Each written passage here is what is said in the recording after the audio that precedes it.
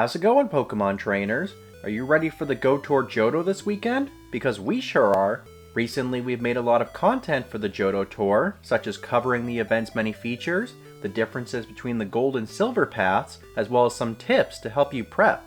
Today we're concluding our pre-tour Johto content with an analysis for Celebi, Ho-oh and Lugia's exclusive moves. Will these moves be good for raids or PvP?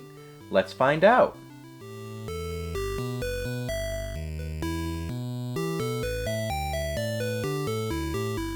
Welcome back, everyone! So the Johto Tour is finally here, and we couldn't be more excited. It's been a lot of fun covering the Johto Tour over the past month, and while this is our last pre-event video, we have some other Johto plans once the event ends. But for today's video, we'll be taking a look at all the exclusive moves you can get from this event, as well as how useful they'll be post-release. In total, we have 7 moves to cover, so without further ado, let's get started with Celebi's exclusive move. The time-traveling Mythical will receive a brand new fast attack during the Go Tour Johto, and trainers who purchase the ticket will be able to catch a Celebi and get this move. The fast move we're referring to, of course, is Magical Leaf. Now this particular move has received some interesting updates over the past month. Its stats were officially pushed into the code just a few weeks ago, and at the time, it was pretty mediocre. When Magical Leaf was first added to the code, it did 9 damage for 9 energy in PvP, as well as 15 damage for 15 energy in raids. As a result, this move wouldn't be useful in either category. Since then, it's received a surprising buff, making it a lot better. With its recent update, it now does 10 damage for 10 energy in PvP, and 16 damage for 16 energy in raids. While it doesn't seem like much of a boost, it's actually pretty significant. But just how good does it make Celebi?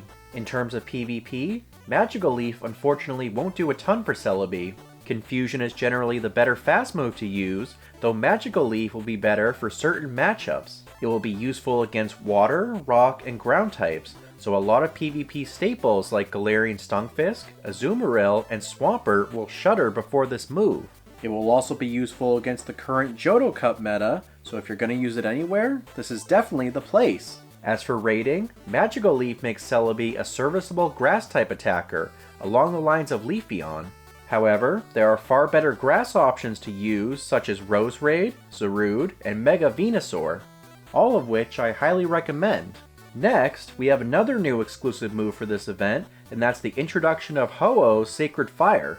This move has been speculated on for what feels like forever. Now, it's finally here. Like Magical Leaf, Sacred Fire started out with pretty mediocre stats. It required 70 energy to do 120 damage in PvP and 110 damage for raids. Now, its energy cost has been reduced to 65 and damage boosted by 10 for both raids and PvP. Does this update improve Ho-oh? Well, for PvP, Ho-oh utilizes its legacy move Earthquake alongside the powerful Brave Bird. You'll absolutely want to keep Brave Bird, and Earthquake provides excellent coverage in the Master League. A Fire-type move doesn't beat Earthquake's coverage, but luckily, Sacred Fire's new stats make up for that. This move now costs the same amount of energy as Earthquake, but does 20 more damage and has a 50% chance to lower the opponent's attack. That's a pretty huge update. Plus, you're getting the additional same type attack bonus on it, where you wouldn't with Earthquake. Even though you'll give up some advantages over matchups like Reshiram, Zekrom, and Dialga, Sacred Fire is still extremely viable for Ho-oh going forward.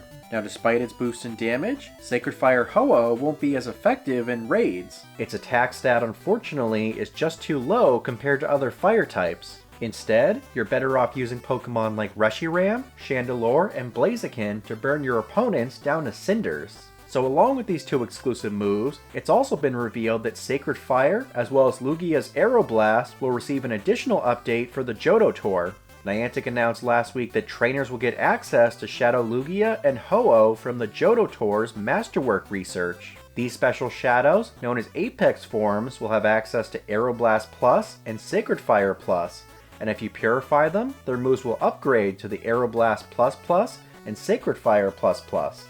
That's a lot of pluses, so we'll clear up any confusion and let you know which versions are the best for these special Pokemon. Starting with Lugia's exclusive move, the standard Aeroblast does 180 damage for 100 energy. With the Plus version, it will inflict 200 damage and for Plus Plus, a whopping 225. So with this update, Aeroblast takes its place as the strongest charged attack in Pokemon Go. As for Sacred Fire, the normal version costs 100 energy and does 120 damage. The Plus version of this move will do 135 damage, and the Plus Plus version does 160. So like Aeroblast, another massive boost in damage. With so much power between the two moves, it raises the following question. Should you purify these Apex Legendaries, or keep them as shadows? It may sound like an odd answer, but if you want them to perform the best, I recommend keeping them as shadows with the Plus version moves. As you know, Shadow Pokemon have a substantial attack boost, and that boost is far more meaningful than the additional damage provided by the Plus Plus moves. And for the Master League, these Pokemon are much better as shadows anyway, so I highly recommend keeping these Apex birds in their shadow forms. So to recap, these two Apex Legendaries are better to keep as shadows for both raids and PvP. They're both impressive as Master League contenders with these moves, and for raids, they perform the best when pairing the Plus moves with their Shadow bonus. However, neither of these Pokemon are outstanding for raiding, and there are several better options for both Fire and Flying types that outclass these Apex birds. As for Magical Leaf on Celebi, it does allow it to perform better in some PvP matchups, but it's still largely just an okay move in general. Now it's important to note that Magical Leaf isn't exclusive to Celebi in the main series games. It's possible that this fast move will be added to more Pokemon in the future, so stay tuned for an analysis on which Pokemon could be buffed by Magical Leaf. And that wraps up our analysis on all the exclusive moves coming with the Go Tour Johto. As we enter the next season of Pokemon Go, we'll have a bunch of exciting videos coming, from GBL Cup guides to Community Day analyses. If that sounds interesting to you, then consider subscribing to the channel.